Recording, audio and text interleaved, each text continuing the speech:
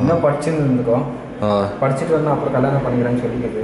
அதோட மாமா வேணாம் அந்த மாதிரி நான் நினச்சிட்டுக்கிறேன். கல்யாணம் கட்டிக்கணும் எப்படி சொல்லிக்கிது அன்னைக்கு அவங்க ஃபீலிங் தெரியல இல்லையா? ரொம்ப சார் அது அவங்க ஃபீலிங் தெரியல. அவங்க அப்பா அம்மா இருக்கலாம், அவங்க அண்ணன் எல்லாரும் அதை போஸ்ட் பண்ணி பண்ணிக்கிறாங்க.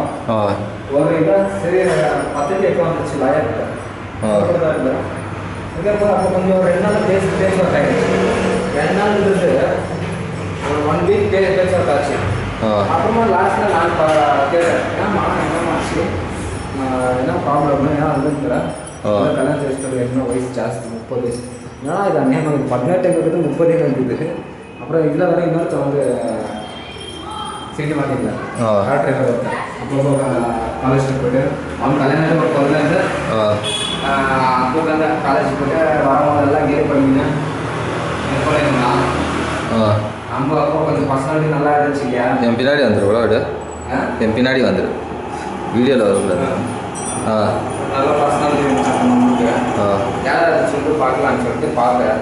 பின்னாடி அவங்க அண்ணன்ட்ட சொன்னாக்கா அவங்க அண்ணன் என் மகன் அந்த அவங்க வந்து இறங்கணும் இந்த ஜாதின்னு சொல்லிட்டு பயந்து நான் கேட்காம நம்மளுக்குலாம் சொல்லணுமா, நம்மளாம் சொன்னது பசங்க எச்சா போதுன்னு காத்துக்கிட்டு. ஆமாம் என்ன பண்ண 5 அழகா இதுக்கிட்ட பிடிச்சேன் மடிமேல பிடிச்சிட்டு 4 பேரை தூணி போய் ஆட்டம் வேணா பிடிச்சிக்கணும் இல்லையா? ஆட்டம் போய் நேராக இட்டுன்னு போயிட்டு அம்மா பொண்ணு பின்னாடி கேலியா பண்ணுறது அப்படின்னு சொல்லிட்டு இட்டுன்னு போயிட்டு இந்த சொன்னதில்ல ஜிம் வச்சு தெரியுமா பள்ளினாரு. ஆமாம் ஜிம்மில் தூக்கிட்டு போயிட்டு ரொம்ப இருக்குன்னு எல்லாரும் சரத்து எல்லாம் அதுக்கெல்லாம் சரத்து இன்னும் சின்ன பண்ணி